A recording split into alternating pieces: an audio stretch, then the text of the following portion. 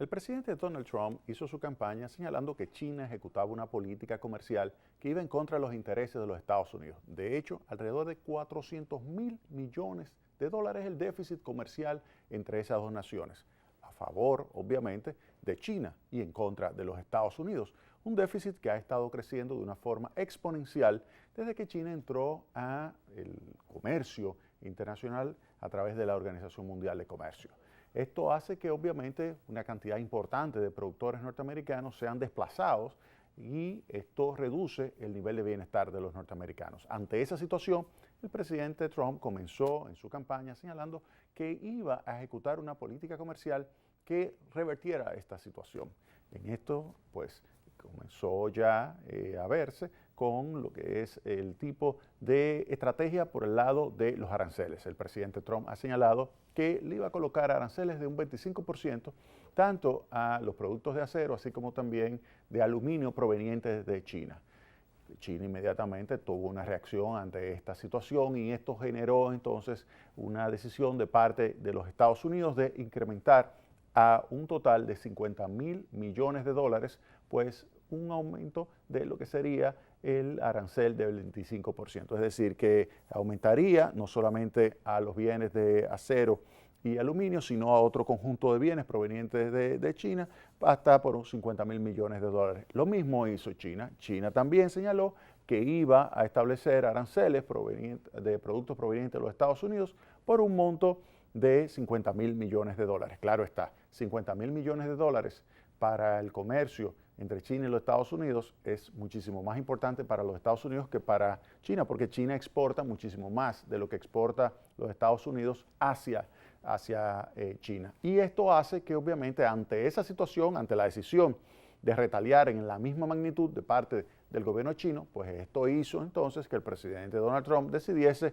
pues retaliar nuevamente con 100.000 millones de dólares. Claro, todavía no es que se han establecido esos aranceles, todavía no se han elevado los aranceles en un 25% a 150.000 millones de dólares por el lado de los Estados Unidos y de 50.000 millones de dólares por el lado de China. No ha ocurrido esto, pero ya ante esa expectativa los mercados de capitales pues registran variaciones significativas a la baja.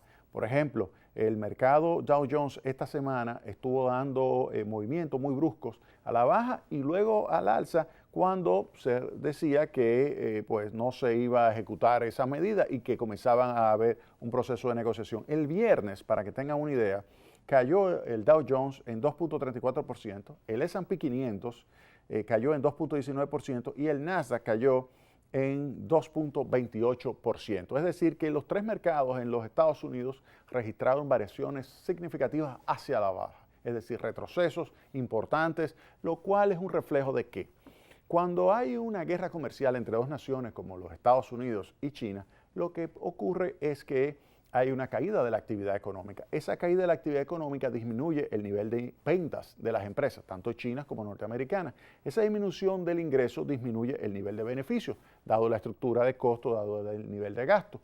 Y la reducción de los beneficios impacta desfavorablemente sobre una variable clave para el valor de las acciones, que es el flujo libre de efectivo.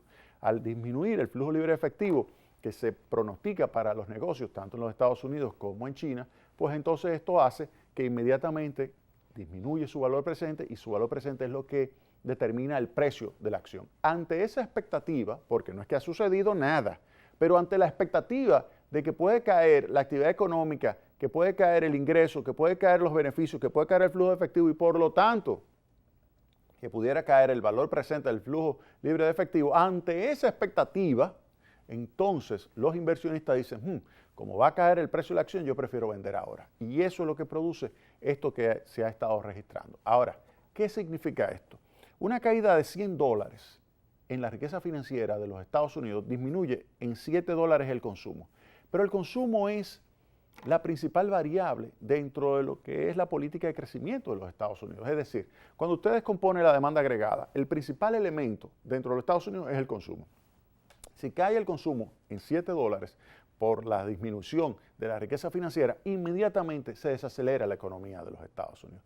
Pero si se desacelera la economía de los Estados Unidos, siendo la principal economía a nivel mundial, esto hace que el ritmo de crecimiento que se venía recuperando de la economía, tanto de Europa como la economía asiática, como de otras economías, pues entonces comienza a desacelerarse. Ese ritmo de recuperación se ralentiza y esto hace que entonces pues tengamos una situación de caída de todos los mercados bursátiles, porque se pronostica entonces que todos los mercados bursátiles tendrían una reducción de sus niveles de venta, de sus niveles de beneficio, de su nivel de flujo libre de efectivo, en consecuencia del precio de sus acciones. Y por esto es que tenemos ante esta posible guerra comercial entre China y los Estados Unidos una reducción de lo que se pronostica de actividad económica. Impacto para la República Dominicana. República Dominicana, y ustedes lo saben porque lo he repetido numerosas veces, por cada punto de crecimiento del Producto Interno Bruto de los Estados Unidos, República Dominicana crece en 1.5%.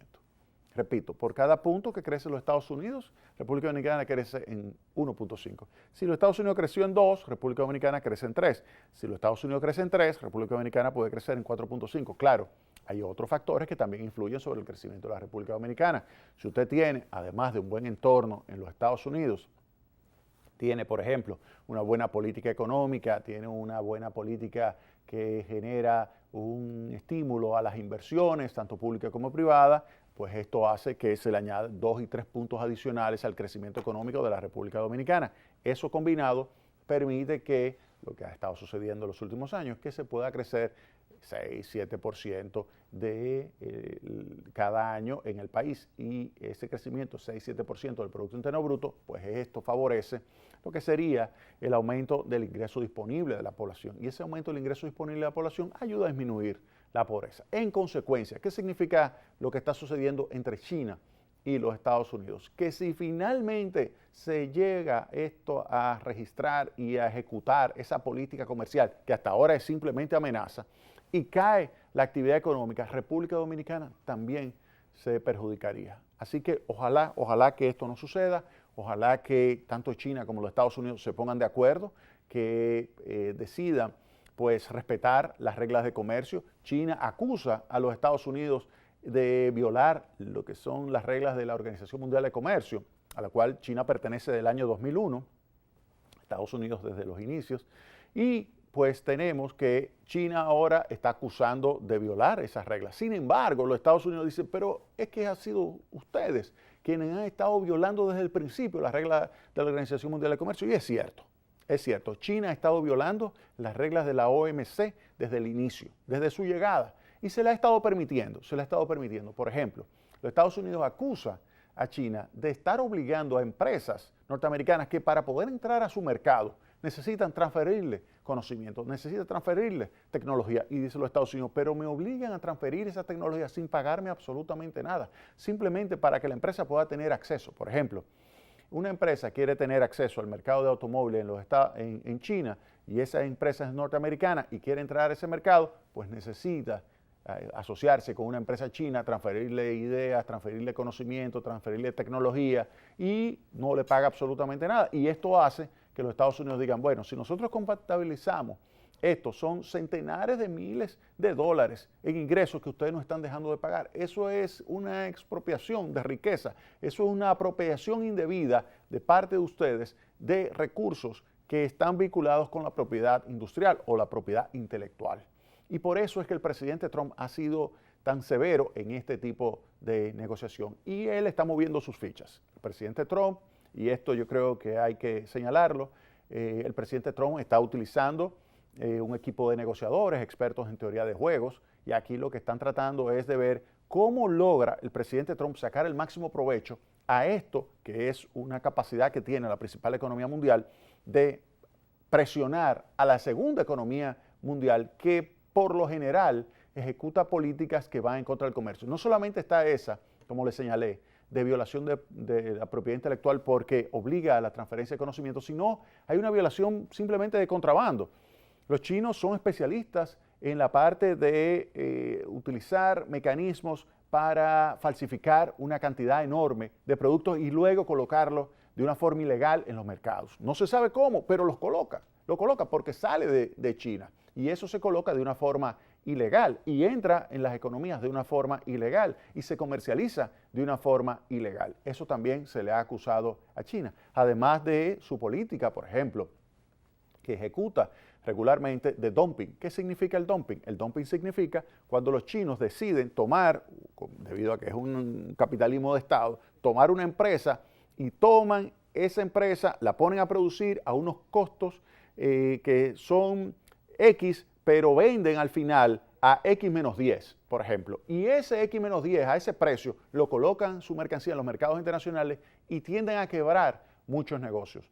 República Dominicana ha sido víctima de eso en diferentes sectores, diferentes industrias, y obviamente que esto es algo que ha llevado a la comisión que tiene que ver con todo lo que es el ámbito de protección del comercio internacional y de lo que es aquello que está vinculado con el respeto de las legislaciones vinculadas con la Organización Mundial del Comercio, pues a establecer, por ejemplo, medidas de salvaguardia que protegen a la industria nacional que está siendo víctima de algún dumping producto del gobierno chino. Eso mismo lo ha hecho los Estados Unidos, el acero es un ejemplo de ello, los Estados Unidos lo hizo en su momento para proteger a esa industria, pero ahora lo está llevando un poquito más lejos, el presidente Trump lo está llevando más lejos como un mecanismo de negociación para que China tenga que presentar una nueva política comercial que sea más beneficiosa para los Estados Unidos. Ya veremos qué sucede, ojalá, y esto es importante, ojalá que no se llegue a una guerra comercial, sino que se llegue a un juego cooperativo.